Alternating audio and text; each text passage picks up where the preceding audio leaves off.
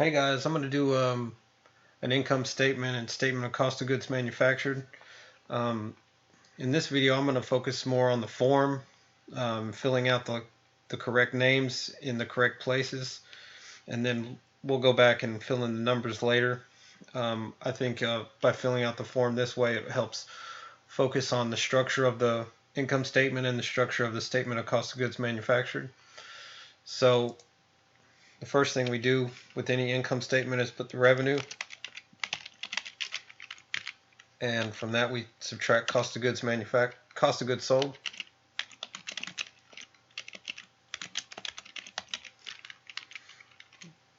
To get the cost of goods sold, we start with the beginning finished goods inventory. Okay, then we take the cost of goods manufactured, and obviously we'll get that number from the following statement, and that will give us the cost of goods available for use, and from that we subtract ending finished goods inventory.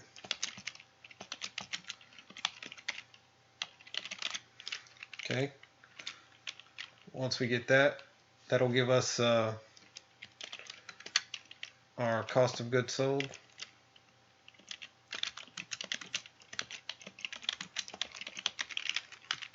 And once we subtract those numbers, that will give us a gross margin. From gross margin, we subtract operating costs.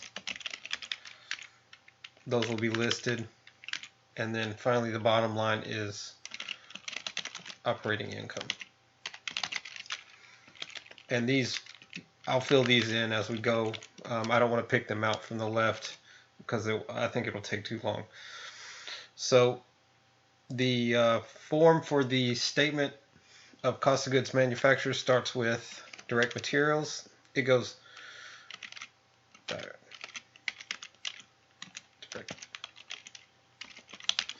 starts direct materials, then it goes direct labor, and then it goes manufacturing overheads. So to get the direct materials, we have to get the beginning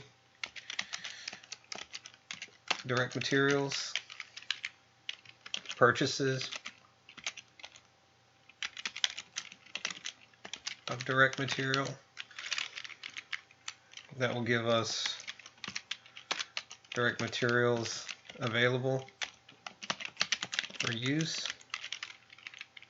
and from that we subtract ending direct materials inventory. And just interesting little side note, notice that these four lines are very similar to these four lines. So if you remember this sequence in the income statement, you can pretty much just pull that down to the statement of cost of goods manufactured, and it should give you enough to get you started, and typically that will complete the worksheet for you. So after that line is total direct material used. Okay, then we go direct labor. Okay, after that we start with manufacturing overhead. Okay, since we're nearing the end of this, I'll go ahead and pick out all the manufacturing overhead items and start typing them. So the manufacturing overhead, we'll just start with the top, sandpaper. Let me pull this down to make it easier. Sandpaper.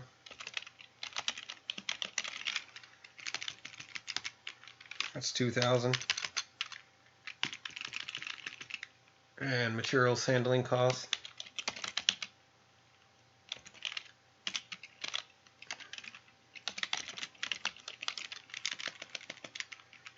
70,000. And lubricants,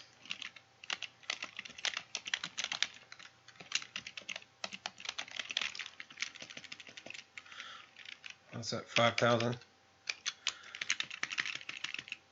And miscellaneous,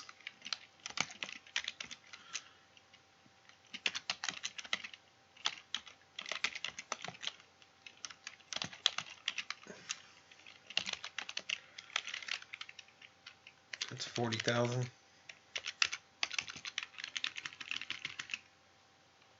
And this doesn't apply to this. This doesn't apply. None of these apply. Plant leasing costs.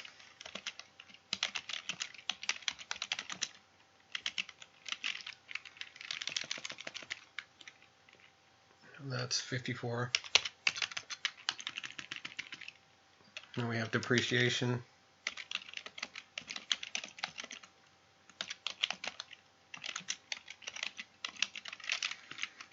And that is 36,000.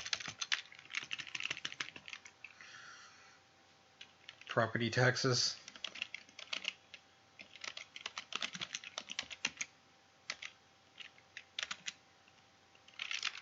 And that's 4,000.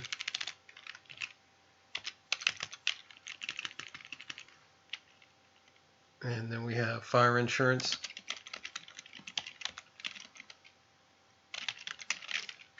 $3,000. And because I've done this before, I know that's all of them, but you can go through and check if you want. So this is the total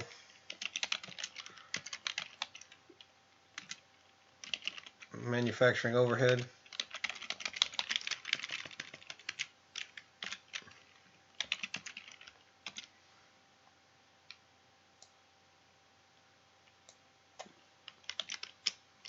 Okay, and this is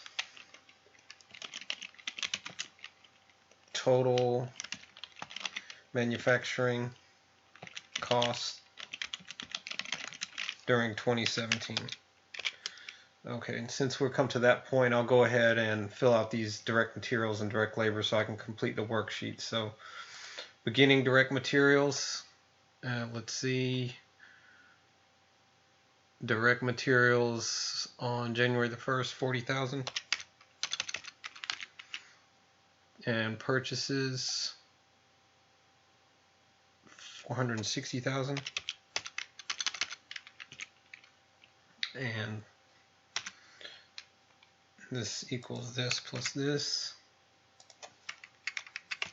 And ending direct materials, 50,000.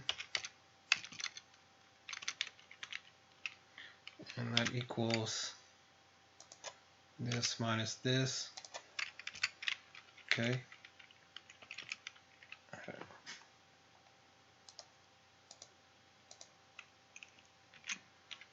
Okay. So, and direct labor, let's see, 300,000. And then we total all these.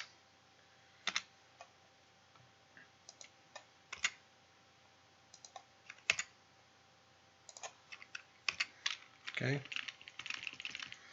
And after total manufacturing costs, you put in the beginning, work in process, inventory.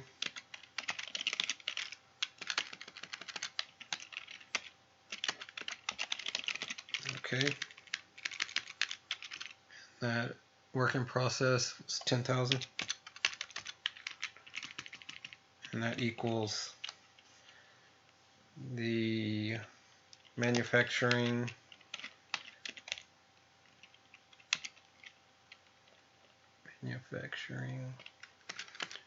cost to account for. Okay.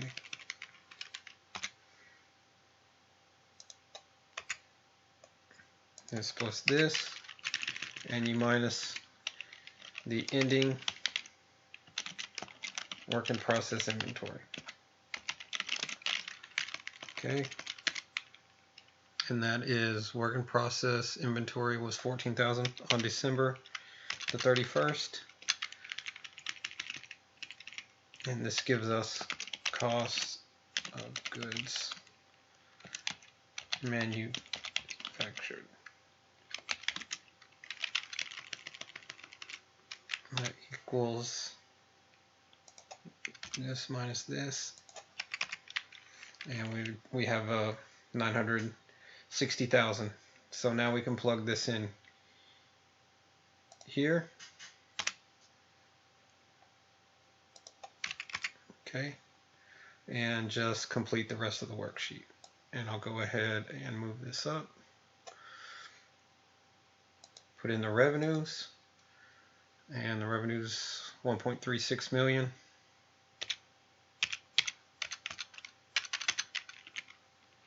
Oh.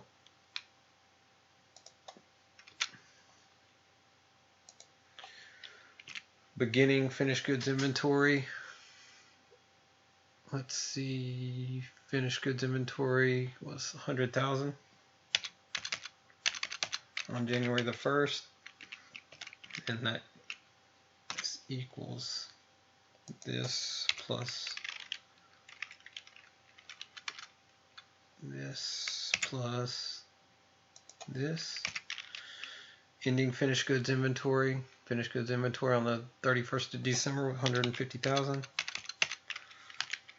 Okay, that equals this, subtract this. Okay, and that gives us a gross margin of this minus this, 450,000. And the last thing we have to do is put in the operating costs. So we've already used all these numbers. We just have to put in marketing.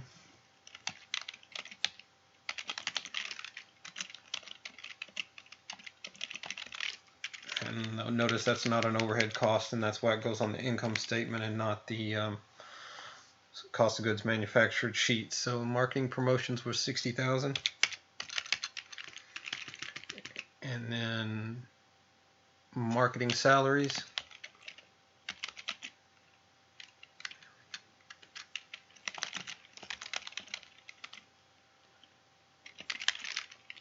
That is 100,000. Wait, back up. Okay. Distribution cost.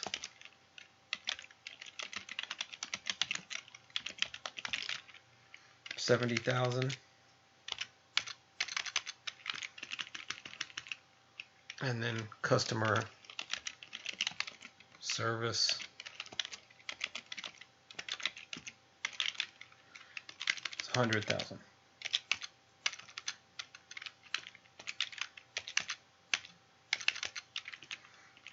And that will give us total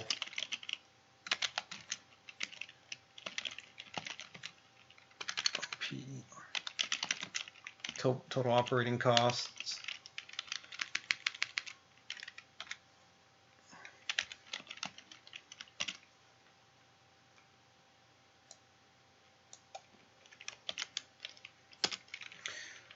And all we have to do is subtract the gross margin and subtract the total operating cost from the gross margin, and that'll give us operating income of 120,000. And as I said, I've done this problem before, so it's not really about the numbers. I really want to focus on the form and make sure that all of these, this is in the correct format, the correct structure, and the correct order, so that way if we get something like this on the test, you'll be able to construct this from memory. So I have the previous answer hidden here in these cells. I'll just unhide them, and then we can compare. We did get the correct answer. This answer is in the book, by the way, right after the problem. It shows the solution, so I do know that these are correct. And then that means that we also got the cost of goods manufacturing worksheet correct as well. But let's check the form. We have revenue in the first line, cost of goods sold. Second line, beginning finished goods inventory, cost of goods manufactured, cost of goods available for sale, ending finished goods inventory, cost of goods sold. So those are all correct. Then we have gross margin. We have a list of all of our operating costs, marketing, salaries, distribution costs, customer service costs. I flipped those, but it's okay. And then operating income at the bottom. So we do have the form on that one correct. And then we'll just look down at the statement of cost of goods manufactured. We have direct materials first line, beginning direct materials, purchases of direct materials available for use, ending direct material, and then a direct material used. So that is correct. And once again, I said that these two are almost mirror images of each other. So if you remember one, you'll remember the other, and then after that, it's relatively simple. Direct labor is stated, gross margin is stated. Then you just come to the manufacturing overhead and you list those. We have sandpaper, materials handling, lubricants and coolants, miscellaneous. We got that, plant leasing, depreciation, property tax, fire insurance, and then we have the total of those, total manufacturing overhead, and those numbers are match. So total manufacturing costs during 2017. Then you put the beginning work in process, manufacturing cost to account for, ending work in process inventory, and then cost of goods manufactured is the final line. So it looks like we have the form correct, and we have the numbers correct. So that's a pretty quick overview of how to create the form of an income statement and the form of a statement of cost of goods manufactured. If you just remember revenue minus cost of goods sold and then operating costs, and then that will give you your income statement. And then if you just remember direct materials minus direct labor, direct materials plus direct labor plus manufacturing overhead, and then you do have to remember this little form, but it's work in process, beginning work in process, and ending work in process, and that gives you the cost of goods manufactured. So that's a quick overview of the income statement and the statement of cost of goods manufactured. I hope this helps, and good luck on your test.